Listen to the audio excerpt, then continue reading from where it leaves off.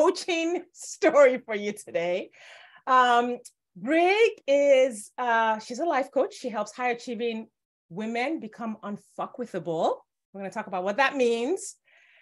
Brig comes from a background as an advanced practice healthcare provider, and she has built a successful multiple six-figure life coaching business, not just six figures. Her brash, direct style helps clients see themselves with clarity. Her compassion keeps them coming back. And Brig's business motto is better business through sufficiency, because the more we accept and connect with ourselves, the better we connect with our clients and customers and their dreams. Brig, welcome to the podcast. Thank you. Thank you so much. I'm so excited. I know. I don't think I've been this excited to be on podcasts, and I don't know how long. I think it's because, first of all, it's you, and I've been knowing you for so long and totally feel like you're a sister. And second, I get to talk about something that I don't normally talk about. So good. Yeah, we're going to glean my brain for a story. I know there's probably things in here that I'm going to be like, oh, and I forgot. Yes. And I didn't want to hear any of it before. And I have been waiting to hear this story because I think I knew you were divorced and single. We've joked around about dating in the past, but I always knew there was a divorce story in there and that it was going to be amazing. So we're here to hear it. So where do we start? Do we start with the marriage? Do you want to start when the divorce started? Where do we begin? Let's start with the marriage. Let's start getting married. How old were you when you got married? 22. I got engaged at 2020 and got married at 22. And the only reason why I got married at 22 is because my dad was he would not give his approval until we waited a year. So I got engaged, I met him at 19. I think we got it right at the end of 19. So it was really, really more like 20. My birthday's in December, and we met in October or September. So, my dad was no. He was he did not here. Neither of my parents were. He was a nice guy, but neither of my parents were this is the guy for you. It wasn't that he wasn't a good guy. They just knew what I didn't know then, that I was going to grow in a way that probably wasn't going to create camaraderie or companionship. So we waited a year. So I got married 2 days after my 22nd birthday.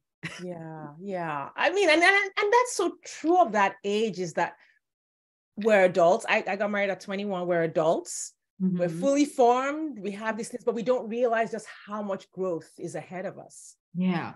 My mom just kept telling me, you're going to change. You're going to change. You're going to change. And I was like, no, I'm not, Mom. And if you knew me then and you know me now, I can tell you that even my kids that my husband then, we have a great relationship now. He is remarried. I think he's on his third marriage. I was his first. So, and we're friends. Everybody's fine. We attend things together. I go to their house. They go to my house. When he was sick, I was rushing to the hospital with his wife.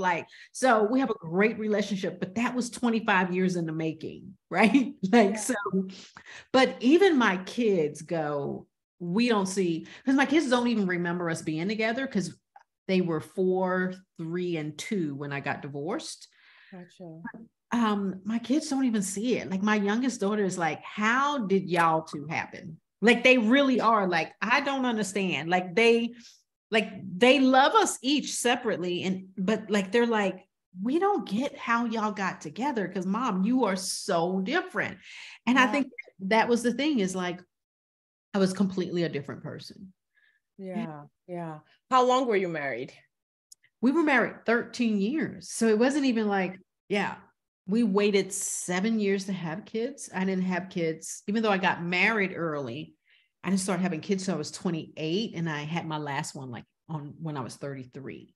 So we were married 13 years. And so, when my youngest was 2, it was once I got pregnant with the third one is when things just kind of like just started going downhill as far as I don't even think it was downhill. It was just awareness was starting to come in for me of, I think the whole marriage, I kept trying to be a version of me that he wanted.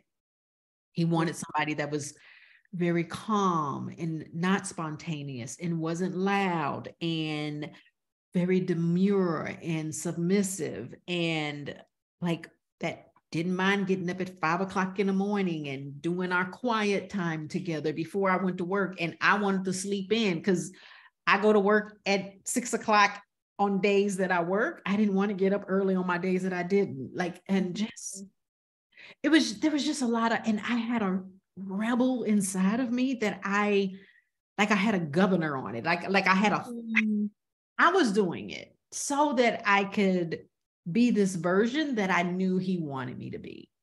Yeah. It wasn't that he was asking, but I was asking that of me. Yeah. I wasn't saying no. I was saying, let me try. Maybe he's right. Like I should be this, like that is the way I should be. I should be more disciplined. I should plan things out. I shouldn't be spontaneous. Like I lived a life where my natural tendencies were all wrong. And at some point, I just started going, but this is just the way I fucking am. Can I cuss? I'm sorry. Yes, okay. Go ahead. Like I just, at some point, like you put the governor as like, I keep trying, but I keep coming back to this is really how I am. Yeah. Yeah. Right? And it was just a slow revelation of, I kept trying to make myself wrong, trying to make myself more quiet and more submissive. And the more I tried, the more she would just come through. And I just, they say till death do us part. And I remember hearing Ayanna Van Zandt say in one of her Ayanna Saved My Lives, there was one time, there's one that I do remember, and this is the one where she was like, they say till death do us part, but it's like death of what? Because the relationship was already dead. And in order for the relationship to do what it needed to do, I needed to die. And I just wasn't willing to die. Not die physically, but die as a version of me. Like I kept trying to kill her. Yeah, you were trying to kill the real version, the real you. Yes. Like yes, spontaneous and loud. Like if you died, everything would be fine.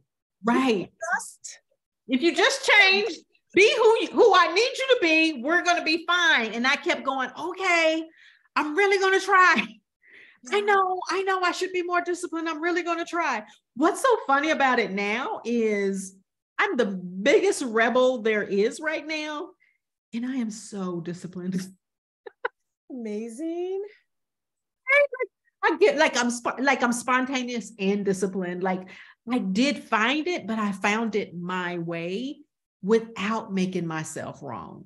Yeah. So I was the one who initiated the divorce. I literally saw me asking for the divorce as a gift to him. Like I really did.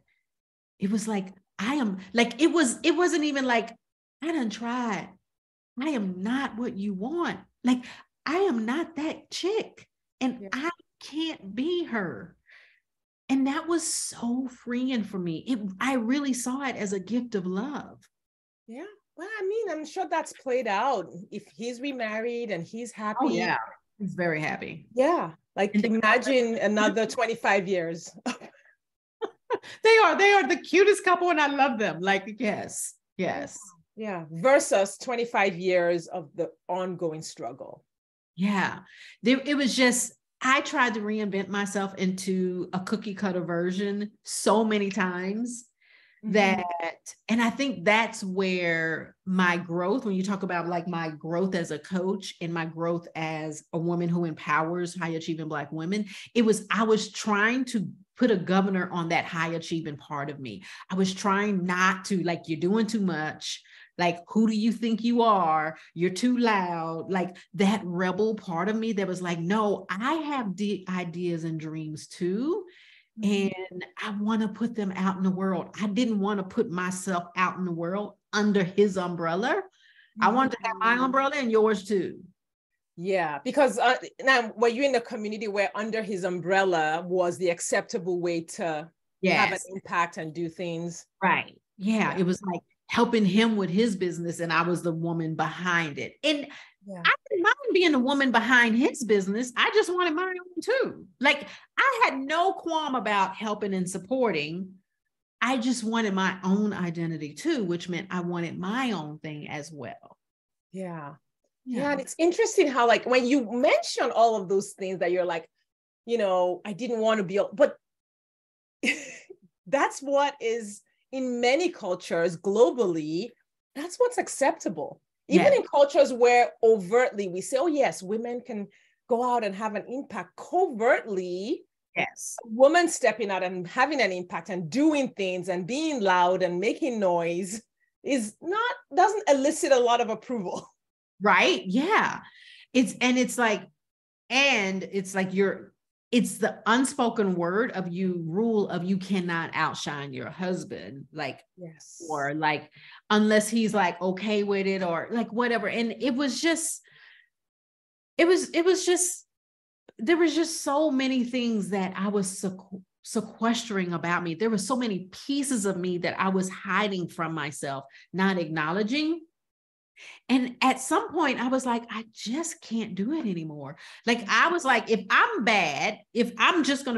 bad girl, a bad wife, fuck it. That's just what I am. Like, that's how much I had tried. Like, if this makes me bad, if I was willing to just be bad, I was like, y'all just come talk about me. We were part of a very large church, and we were actually over like the marriage enrichment, like did announcements for it and everything. Yes. Like, we were over the we would do the announcements, and we were like that couple who would like talk about it and like come to the marriage retreat and such, and then get in the car and look out the window and never talk. Right. Like, we were that couple. So we would have people over to the house for Bible study, and then the door closes and we would never say another word to each other. And I was just like, no, I tried to conform and there was no way.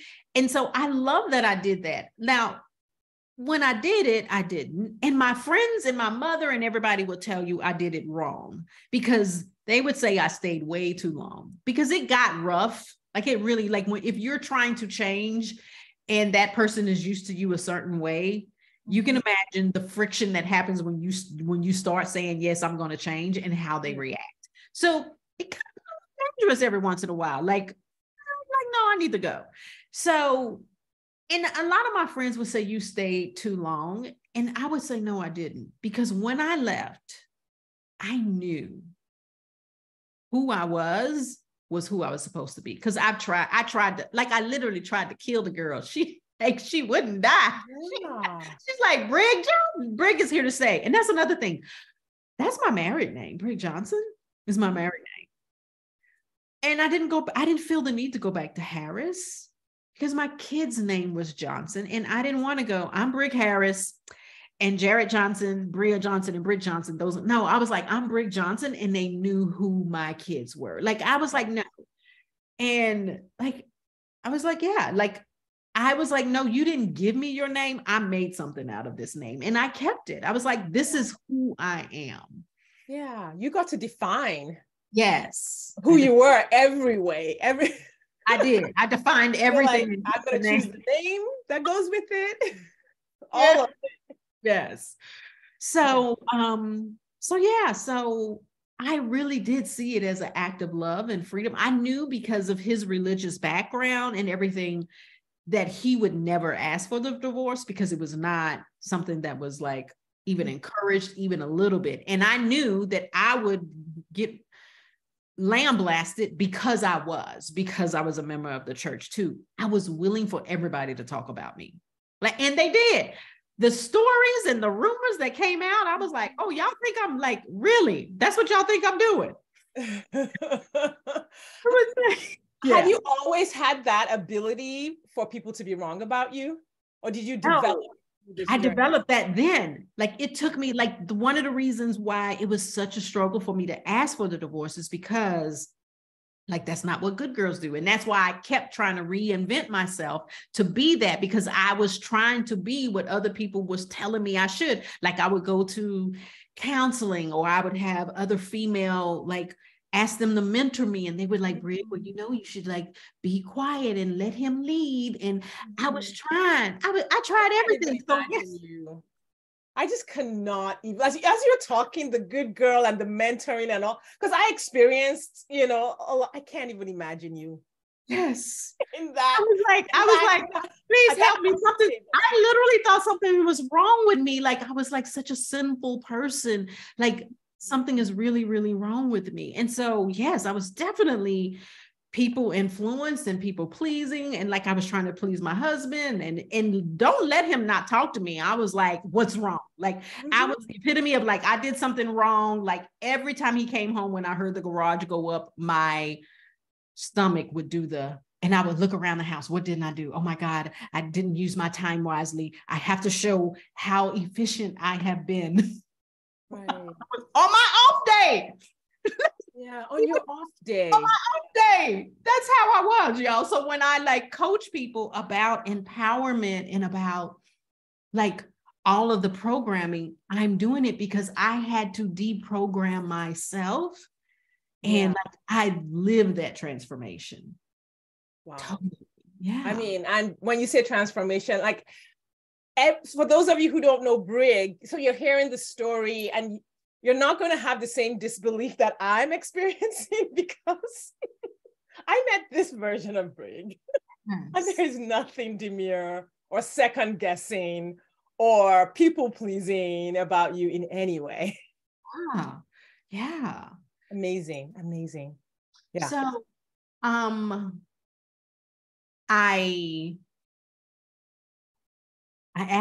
think I asked my mom, I was like, Mom, I think I'm going to get a divorce. And my mom was like, no, do not. She's like, wait till the kids grow up so you can go back to school. And then, because she was like, it's hard, it's so hard out there. But she was telling me her story and her trauma, right? Because she did leave with young kids. And her opportunities were like, she couldn't call into work. So you know how it was when your mom couldn't come into work, call into work. When you were sick, you got a bucket and a gallon of 7-Up. Yep. Yep. Ginger ale and a bottle of NyQuil. Yep. And she put the TV into your room on a TV tray if you were good. 100%.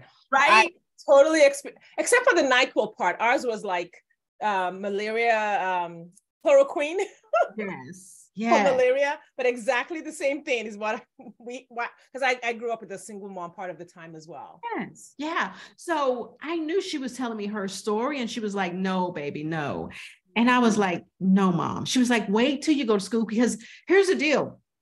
At that time, I was an RN, and I had dreams of going to medical school, but somehow in there, I chickened out and stopped believing in myself.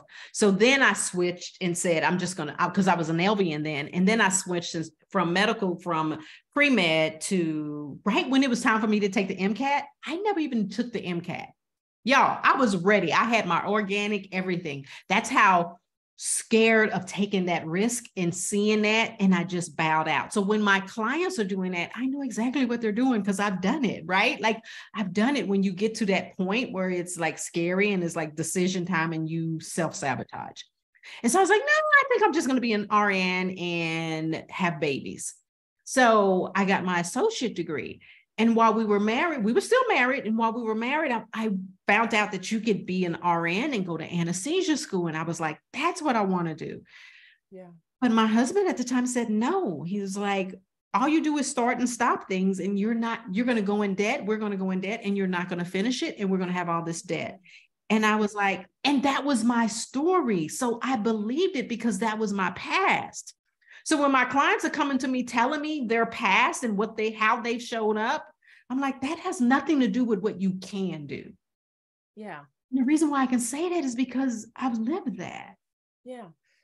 It's interesting when you talk about the start and stop, because I have seen this with like my clients who've been divorced. Like is there something, this is my theory, is that you're not starting and stopping in isolation. It's not an isolated situation, because that's a narrative about women. You start and stop, you're impulsive, you don't finish things. Right, exactly. But what else is happening? Yes, The right. babies are coming. Yeah. The apportioning of household duties. Right. Yeah. The mental load. Yes. This, like, I don't know, is it really that women can't complete things, or is it that there's just too much on our plates? Exactly. And that's what I talk about with my clients. It's like, we don't have a capability problem. We have a capacity problem. Yeah. We don't have the capacity. Like, there's so much mental load and all the other stuff that we think we have to take care of. We opt into a world that's telling us to like our value is how people think of us. So we people please and we do all that stuff. So our load is so heavy that we don't have the capacity for our dreams. And then when we go our dreams, and then there's one little obstacle, we quit, because not because we're not capable, but because we don't have that capacity. Yeah. So how long, like at what point in the marriage were you wanting to go after that dream? I think I had already had the kids. I was all excited, and like my bubble was just busted. And at that point in that relationship, he did have the final say. That's the way we lived. Like, that's the way I lived. So y'all can imagine like how I am now. And then like, that's why my kids are like, we don't, like literally my kids don't understand it, because he is still the same. Love him to death. He is still the same, right? But I was like, okay. What else did he have I want to hear all the things. What else did he have the final say on? How we spent our money? Like, I gave him my whole check, because he was better at finances, because women are told we're not good with finances. We're emotional, right? So he controlled all of the money. I would give him my check and he would give me this is my spending, whatever I can spend out of it. So, and this was when he was making more money than me. And this was when I started, because he got laid off. And this is when I started making more money and covering the house. It was still the same. I was okay with it. He was better with finances. Fine. You do it. Like, I didn't have a qualm with that. But like, it was just he had the final say on the way the household ran. That was, and I was always like, but I disagree. Yeah. Right. And a thought didn't occur to me to just go ahead and go to school anyway. Like, well, forget you. I'm going to school anyway. That thought never occurred to me. He said no. And I was like, I can't go. That's where I was. But so as for the divorce, got the divorce. 6 months later, I'm like, I'm going to go to anesthesia school. So, I say this because the people at the church were like, she's out there gandavacting and she's dating and she hoeing around and like she. Wait, like, where are you, Brig? Tell us, were you gallivanting? Oh, I was out partying every Sunday. Yes. I had a thing that I did for me. It was my mental health thing. It was swing out. I don't know if they do swing out there. In Chicago, they call it stepping. Like, they're stepping, they're swing out. Like, I swung out. Dances, yeah. That's in the South, is like swing out. So I would do swing out every Sunday. I would get there at about 8 and I would leave at 9:30. I would swing out. I would be soaking wet. So yeah, I got cute every week and went out, swung out, and came home. That was my mental health thing. So was I going out every weekend? Yeah, I sure was. Yeah. And why wouldn't you? The question is, why wouldn't you? Right. Yes. Yes. So I had also, during the time that I was contemplating asking for a divorce, I was also deciding to take my life back, because I had 3 kids in 4 years. I breastfed them all. So I was like at 220 when I came home from the hospital, or 210 when I came home from the hospital with the second baby. And by the time it was over with, I was like at 220, and I stopped weighing myself after 220. I didn't even want to see it anymore. And so there was one part of me that was like, look, I carried these kids. Now you're going to take care of them while I go take care of my body. So first thing I did was I signed up for a cycling thing because I cycled before I had kids. So I was like, I'm going to compete in a 100-mile ride. I'm going to do a 100-mile ride. So I got on my bike and I went 7 miles and I was wore out. And I was like, oh my God. And then my girlfriend, who I live and we still train, that we just did the El Camino, Camino de Santiago together. We still do athletic stuff. I moved to her neighborhood. We just went shopping together. She came over and she was like, okay, she brought her bike and she was like, okay. So we got in and we rode 12 miles. And those 12 miles, I was like, I'm dying. I know this is mile 30. It wasn't. It wasn't. But like, I continued to train myself. That's when I started getting a little momentum of like, no. I started telling my husband no for the first time. Like, no, yes. I want my body back. I want my health back. It wasn't even about a size body. I thought my fine days were over with. I was a mother. I was like, okay, but I'm going to be healthy. So yes. I started, and then I did that 100-mile race in Texas heat in August. It was called the Hotter Than Hell. I rode that 100 miles. It took me 8 hours. And by that time I was down to like 165. And then I decided to start running. By the time I did that, I started having confidence of like, I started getting out and hanging out with other people and getting other views. And I'm like, oh, there's nothing. Oh, I'm not that crazy. There's nothing wrong with me. There's that little bit of like, oh, I'm okay. And so I started running. And during those runs, there was a lake near me that was a 10-mile loop. And I called that my sanctuary because I would make decisions on those runs. I would think about it. I would I didn't know I was coaching myself, but that's what I was doing. I was coaching myself, self-coaching myself. Well, what's the worst that can happen? And what is going to, and it was really about getting over the fear of what other people were going to think. Yeah. Really rationalizing what I think God would do to me if I asked for the divorce. That was really huge for me because my view of God was I was going to get punished. I was being a bad person. Yeah. And I had to come to my own view, and I would be like, but do you do that to your kids? Yeah. It was like, it's like, and so that became my escape. And I decided to get the divorce probably 4 months before I told him. Mm-hmm. And during that 4 months, I spent that time on every run, just coaching myself, being okay with it. Yeah. Really because I never wanted to be the one to ask, I didn't think the D word was something you just play with. Now, by this time, my ex was saying it all the time. Well, we should just get a divorce. And I would never say anything because I knew if I said it, I meant it. Yeah. Yeah, exactly. Yes. So I went from 165 to about 132. Wow. Because I was unloading all of the emotional, because I was numbing out the bad relationship with Baskin and Ramen. I can tell you what I got. I would go to Brahms and get a strawberry sundae with 2 scoops of butter pecan, 1 scoop of strawberries on top, whipped cream and pecan. And I had that on a regular, on top of everything else. And I was just numbing out because I was killing me. So I was just numbing out to keep her down. Yeah. Yeah. I mean, I love that you just used that because that's what happens. The real you was inside. She couldn't come out, but she was still alive and kicking. Yes. And you had to shut her up. And it was I had to anesthetize her. I had to anesthetize her. Right. So when I did that with food. So of course I was 230 pounds.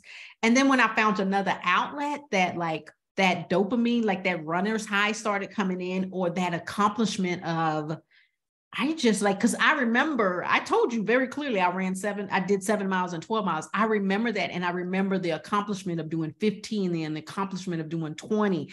And so I started building and seeing myself as someone that does finish things, right? Like the story started changing and I started rewriting that story of like, no, I can do hard things. Like after a ride that I would do that was hard as I don't know what, be like, bitch, you just did that. Like you did that. Hills, like you saw that hill like this and you did that hill. Yeah, it took you a while, but you did it. And so that's when I learned the value of celebrating every step, because that's what helps rewire you. So you lost 100 pounds. Because I'm doing the math here. It was 90. I think it was about 90. So but like I said, I stopped weighing myself at 230, at 220. So I counted from 220. I don't know what I got up to. I would imagine I weighed about 230. So yeah, I lost about 100 pounds, but I say, yeah. Oh my goodness. And I love the parallel, like as you were unloading all of the beliefs that weren't true and didn't serve you, you were offloading the weight, you were putting on the beliefs that truly serve you, like I can do hard things, and probably putting on muscle and strength, and you were getting the dopamine back. Yes. And like I was getting my anesthesia from something else. Like it was a different form. Instead of anesthesia that was numbing me, it was dopamine that was encouraging me, right? Go do more. And I just started feeling really good about myself. And so I can see how the church, like looking from the outside in, it's like, oh, she lost 100 pounds. And then she go like asking, and look at her, she going out every week. So I could see it. Like it looks bad. Right. So that's why I'm like, that's where my concept of course they going to talk. Like if you see it from their point of view, like let them, right? Like it was like, let them. And I think somewhere in between all of that or close to it, I think Jasmine Sullivan came up with a song, Blame It On Me, Say It's My Fault. I like, that was my song. Blame It On Me, Say It's My Fault. I was willing for everybody just to blame it on me, say it's my fault. Like, let them say whatever they want to say. Yeah. Let them have their story. I know my story. Yeah. Yeah. And the energy, because I've been that person who wanted to make sure everybody knew that I wasn't the bad person. And then I shifted to the person who realized that, oh, I'm willing to not come up smelling like roses. It frees up so much energy when you're not trying to, when you're trying to justify yourself to the whole world. Right. Yeah. It was like, there was a period where it was really fragile. And I remember I started like a marriage group. Like I started it because like when you first get married, like all the couples who have been married together, they hang out all together and you get married, you can't hang out with the singles anymore. So it was like this void. And so I was like, I need a spot. So again, I'm still that person. I still create containers for like, right. So I created that marriage group, and I remember them coming over to the house after I asked for a divorce, and I wouldn't let them in. They knew I was there. I was like, there's some points where you know what you can and can't take. And it wasn't about like, it was self-protective, but it was self-love. I was too fragile to hear them try to tell me, you know, such and like, because I knew I was doing what was best for me. And I knew listening to them wasn't going to do anything but put me back in confusion. So sometimes when we're making hard decisions like that, it's good to like set a boundary for your own protection, right? Yes. Yeah. And I love it because it removes the expectation, because when we don't do that, we're putting an expectation on other people to understand something that's so deep down inside of us that it's impossible for them to understand. Yeah. And it's kind of unfair to expect them to understand it. Yeah. Because I wasn't in no way, and even on this podcast, like I wasn't in no way going to, I never was the woman who was going to badmouth him. Like I didn't need to drag him under the rug and air all of our, like, this is what was really going on. I didn't need to do that. And I didn't want to have to say, look, this is how shit really is. Like, right? This is what's going on, because I didn't want to tarnish his image, because he was going to stay in the church. I was like, I'm gone. Bye. See y'all. Peace out. Like, and so, and it wasn't because of anything other than it was really like, what would love do? Like, I love you, and that's why I'm leaving. Right. Piece about that, where it's like, people are not entitled to the story. They really aren't. They think they are, and sometimes we think they are. I thought, because these were my close friends, right? Like, we shared everything. So I think they could have been entitled to the story. I just wasn't ready. There's being entitled and you knowing when you were ready. And I was in no way ready. They had enough in to be entitled. Like, I'll tell you. Like, at least tell us what's happening. Right. Yeah. I think they have been in there, but I just wasn't ready. And there was only one in that group that actually reached out personally throughout the whole journey. And so, that happens. How did that change your faith? Like, from then till now? I think I stopped being religious and started being so much more spiritual. Yeah. So much more spiritual. That's when I really do believe I really found God. Like, that's when I really do believe I had a personal relationship with God. Not because I was doing all the stuff and saying all the elaborate prayers and showing my quiet time and everything, but I felt God's presence. Yeah. And I think in those times, because you have to get your own answers. Yeah. The answers you're getting are not, like, this is not the answer to what's happening to me. Yeah. And you have to hear for yourself exactly what to do. Yeah. And so my relationship with God changed tremendously. God stopped being this vindictive, out to get me, and only gonna recognize me when I do good for multiple days in a row kind of God. Like, I became one that loved me no matter what. And because of that, I began to give myself love no matter what. Oh, so good. Yeah. You know what's funny about that? The way you say that, it's almost like the whole journey of faith is to get there. Right? Yeah. Like, sometimes I like songs, when you listen to Christian songs, or you're reading like books and like the Bible, and you're like, the whole idea is love, right? But then how come, like, we're in it and then you're not feeling? It's punishment. It's punishment. Right? or just this, like, not even when you're not in that, like, numbness or like dryness. Like, I remember a period where it was like, okay, Sunday, you go to Sunday and you download. And then that download gets you all the way to Wednesday. By Wednesday, you're dry. It's like, you got to get back on Wednesday night. And it was just this cycle. But then, like, when you have that personal relationship and you go through things, it's almost like, oh, I'm just like coasting in this relationship with God, where it's like, it's not the ups and downs anymore. Yeah. So good. Wow. So tell me how, like, after that, you went to anesthesia school. That's a whole nother story. That's a whole other podcast. Story. Even just getting in, because again, I was the person who stopped and started. Like, my ex was absolutely right. My track record. So my transcript had like 7 Fs. 7 Fs on it.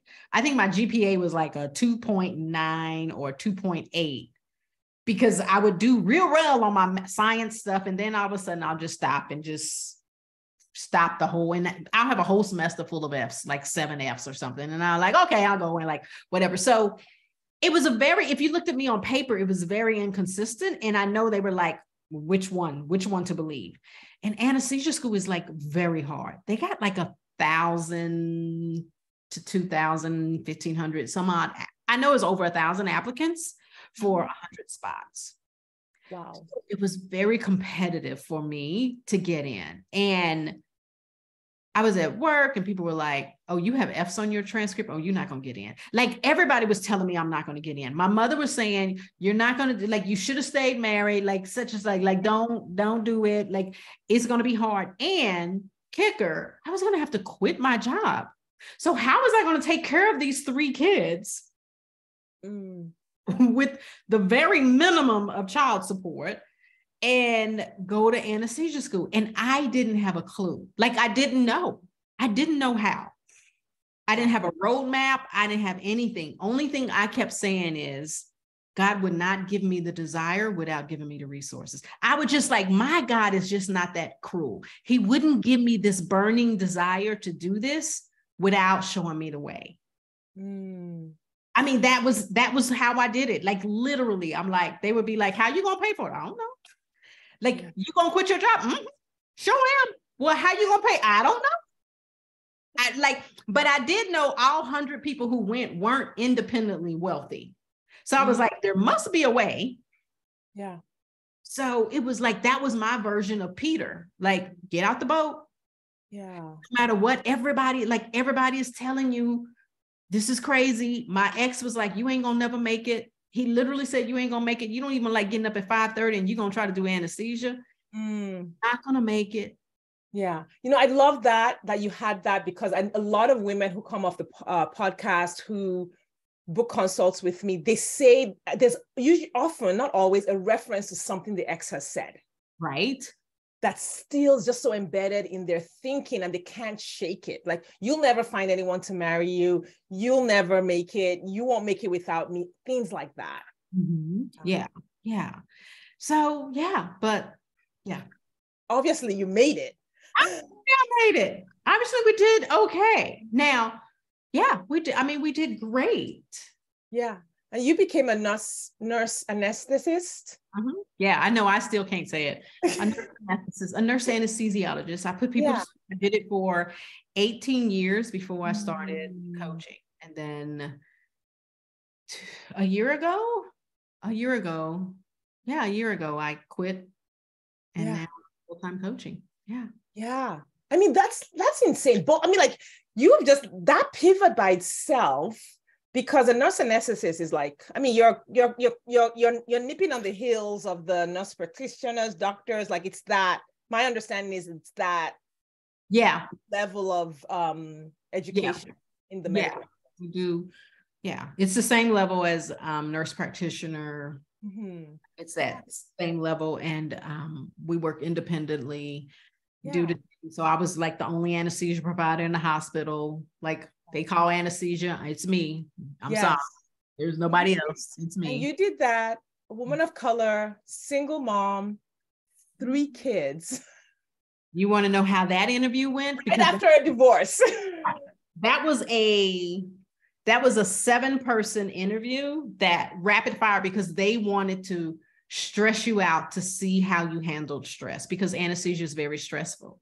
That's why that literally is why I'm like, no, y'all, I'm an expert in stress. Like, I help Black women with stress because like everything I did, even the job that I went into was stressful. And so the interview was 7 people, and they purposefully like fired things at you. And they were like, we don't know. I don't know. And I was like, I think because I fought so much for myself, because I tried every other thing. That was why I think that was like the biggest blessing I ever had, is because I tried to be everything else. And I was convinced this is who I'm supposed to be. Yeah. Like, what does it mean to fight for yourself? You said you fought for yourself.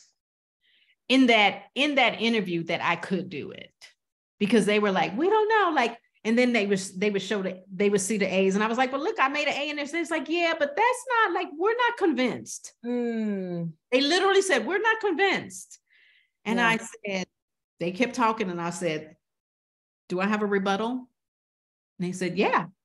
And I was like, I have 3 kids. I did such and such, like, I just finished a marathon. I went through that, like this. And my kids, like, they wanted me to wait till my kids got older. And I was like, no, my kids still go to bed at light because they're young. Like, they do. You want me to wait till they're teenagers? And they're like, and I got to argue with them. That's not the answer, right? Like, I just spoke with authority. And when I left, I heard them talking, and I heard one lady go, I like her. Yeah. But I mean, I just love that, because it sounds like you just believed in yourself more than anybody. Yeah. I had 2 people at that time that believed in me, because not Yeah. even my mother supported me. Like, she was like, didn't no to the divorce, and for sure no to anesthesia school. Like, she was on the same bandwagon, like, you know how you are now. Like, you know, your parents are like, you know how you are now. Like, you're gonna get in there, get all in, and then you're gonna, like, that's why I'm like, your past has absolutely nothing to do with what you can do in the future. Don't tell me about what you've done. I don't care about what any of my clients have done. Tell me what we're gonna do. Right. Yeah. And it sounds like, you know, often when we are waiting sometimes for someone else to believe in us and tell us that we're going to do it. It's like, I've had sometimes calls with women, and they're like, all right, convince me that I can meet someone. Yes. I'm like, no, the work, I know you can meet someone. Like, the work is for you to believe that you can meet someone. Yeah. Like, I can convince you, I can show you all the steps in the program, I can show you all the people. If you don't believe that you can, yeah. Like, and I think that's where fighting, like when you talk about fighting for yourself, was you believed. You were like, I don't even see it, but I believe in who I am. Don't know how I'm going to do it. Yeah. And the first test, I'll say this about anesthesia school, like the first test was like the test. It was like, everybody knew it was like the hardest test. Mm-hmm. And most people, like out of 100 people, most people flunk it. And I think he had 3 A's. And he was like, I knew it, like, did y'all, and he was giving people the pep talk, like, it's okay, you know, keep on, like, keep going. This is a difficult one, da, da, da, da, da. And he called and people came down. And I remember when he called my name and I went down, and I remember how he looked at me, because I was one of the 3 that made an A. And I remember how he looked at me with like, oh, and I was like, uh-huh. Yeah. Yes. Yeah. Yes. I'm that chick. Because one of the ones in that meeting, like, they were like, we don't know about her. And at the, like, let's just be true. Like, they didn't see many Black females. And they for sure didn't see a Black female that had 3 single kids under the age of 4. Right? Like, they was like, how in the hell she was going to do that? I was like, y'all don't know about Black women. Let me tell you. Right? Show you, if I can show you better than I can tell you was a picture, that would be me. That was 2 years. Yeah. Yeah. Oh, that's amazing. And so you did that for 18 years, and then you pivoted. And I know we don't have a ton of time, but why? Like, why leave? I mean, that just sounds like a juicy career. Yeah, it was. So fun, so juicy. I was meant to do anesthesia, like, literally. I worked labor and delivery. I only worked 2 days a week, 2 24-hour shifts. I would work like a Monday and a Thursday and be off and not have to come back to the following, like, Wednesday. I had like a 7-day period off, like, once a month. Yeah. Perfect. My job was 10 minutes away. I loved working with mamas, Black women, like, taking care of them. Like, it's okay, helping them, like, keeping them calm, all of it. Like, if I had the mama who was scared of epidural and like, oh my God, I'm so afraid, I'm like, it's okay. Like, I wouldn't be that anesthesia provider. It's like, shut up, sit down. Like, no, like, it's okay, baby. I know you're scared. Like, I was very proficient in dealing with people in stressful situations and dealing with myself in stressful situations when I got to show up for the mama, because it's like stat and she's hemorrhaging and we got to go to the OR and whatever. So I think there comes a time for me where I loved my job, but I wasn't growing. And in order for me to grow, another change was going to happen. And I didn't want to, like, go into management. Nope. Because I wouldn't want to manage me.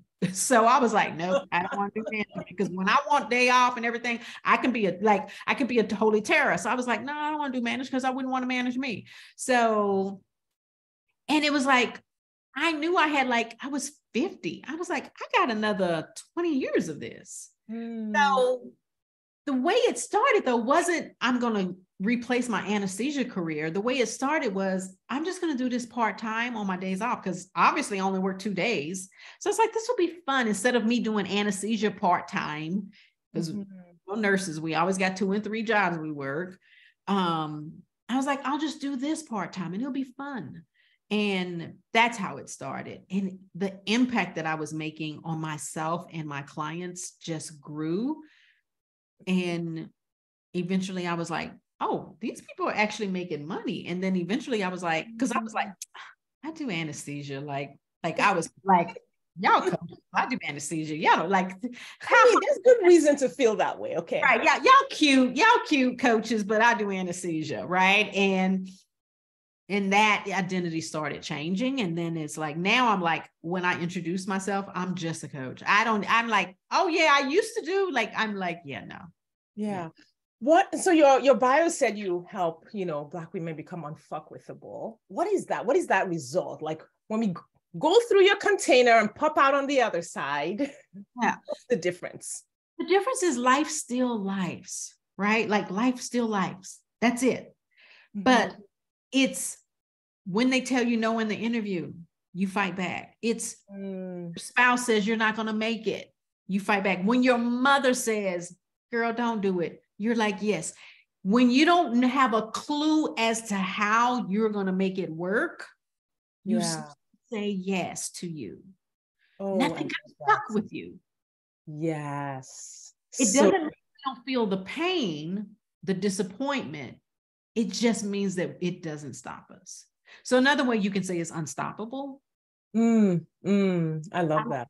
Like, yeah. Sia, one of my divorce playlists, Sia has a song called Unstoppable. Yeah. So it's one of my divorce songs, along with Fight and several others. Yeah. Oh my goodness, Brig, this has been just such an amazing, amazing conversation. Your story is so inspiring. I can't wait to get this out to the world. You are a life coach. Could you tell the listeners kind of like, what does your work look like? What programs do you have available? And then we'll talk about where they can find you. Yeah, you can work with me 2 ways. I do have someone very limited one-on-one. I don't think I have any openings right now, but there's a wait list for it. And then I have a container, Deeply Rooted. I call it the training ground it's emotional and mental training for the high achieving Black woman that is struggling to thrive, not survive. A lot of us survive. Like, we got past the surviving.